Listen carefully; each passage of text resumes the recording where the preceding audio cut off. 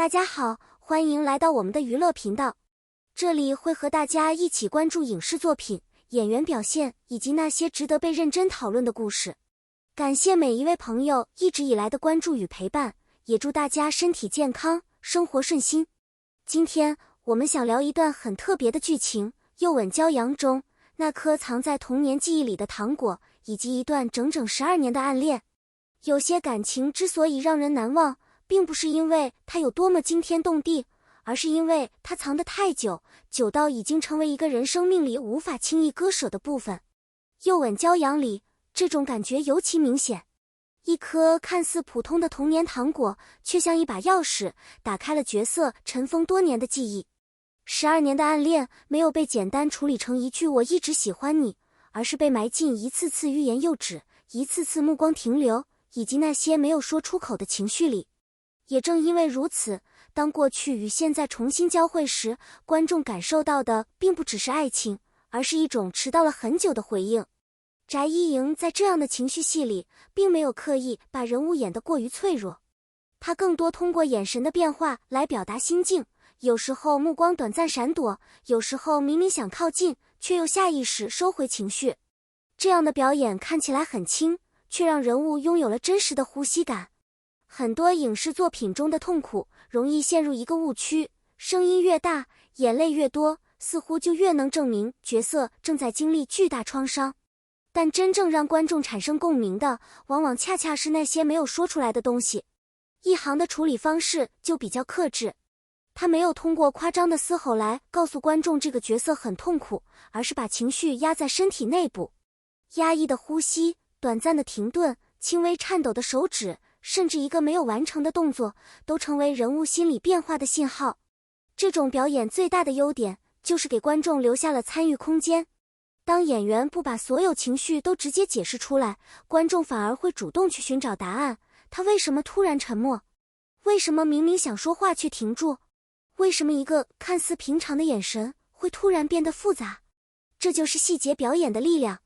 他没有强迫观众哭，却可能让观众在某个瞬间突然鼻酸。如果说前面的剧情让人看到角色的伤口，那么后续的治愈则让这段关系真正有了温度。值得注意的是，治愈并不是简单的让另一个人出现，然后所有痛苦瞬间消失。现实中的伤痕从来不会因为一句安慰就彻底消失，因此好的影视表达也应该尊重这种缓慢的过程。又吻骄阳所呈现出的吸引力，就在于人物的改变并不是突然发生的，可能只是开始愿意重新相信别人，开始允许自己表达情绪，开始承认曾经害怕面对的记忆，也开始明白过去发生过的事情无法改变，但未来仍然可以重新选择。翟一莹和一航的表演在这里形成了一种很有意思的呼应。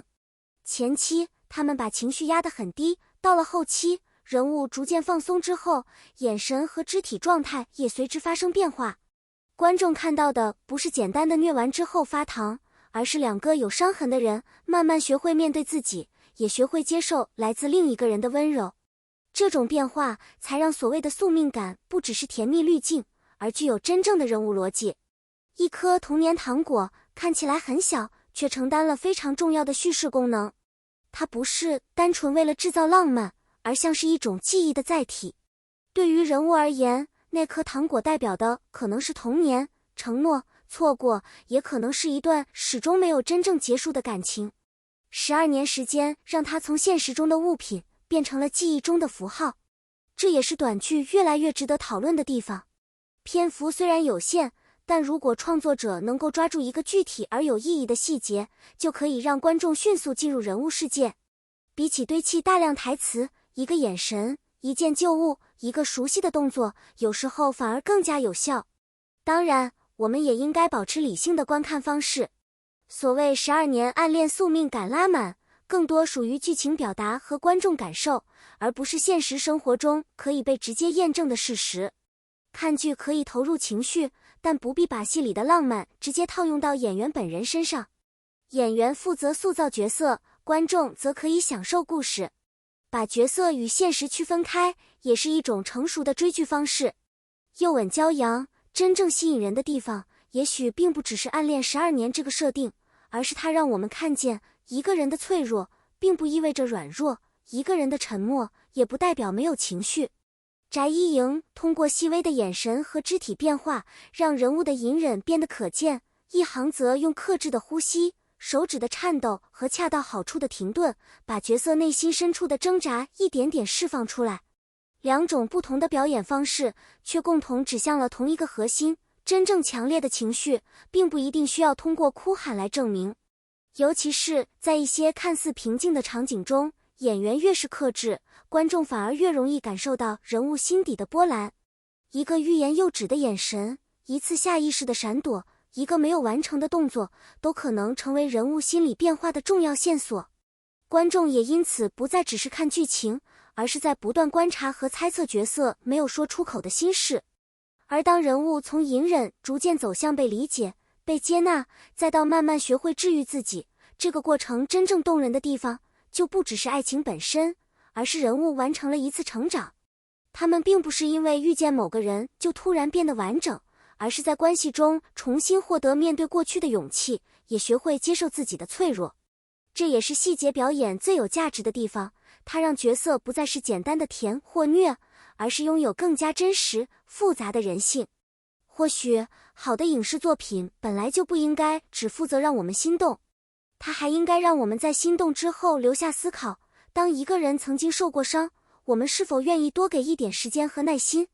当一个人没有马上说出自己的真实感受时，我们是否能够少一些武断，多一些理解？当演员通过角色展现脆弱、孤独与成长时，我们又是否应该把角色与现实分开，用更加理性、客观的态度去看待演员本人？如果一部作品能够让观众在追剧情绪之外，重新理解人与人之间的尊重、包容与信任，那么它带来的价值就已经超越了短暂的热度。真正值得留下的，不只是某一个让人心动的瞬间，而是故事结束之后，我们仍然愿意带走的那份温柔与思考。感谢大家看到这里，也感谢每一位观众对频道的支持。最后想把一个问题留给大家，你认为一段真正能够打动人的感情，最重要的是轰轰烈烈的告白，还是那些藏在眼神、动作和日常细节里的默默守护？也希望未来的娱乐行业能够有更多作品愿意关注人物内心，尊重细节，传递温度，而不是只追求短暂的热度。愿我们既能享受影视作品带来的心动，也能从故事中学会理解、尊重与善意。如果你喜欢这样的影视分析，欢迎关注我们的频道。祝大家身体健康，每天都有好心情。我们下期再见。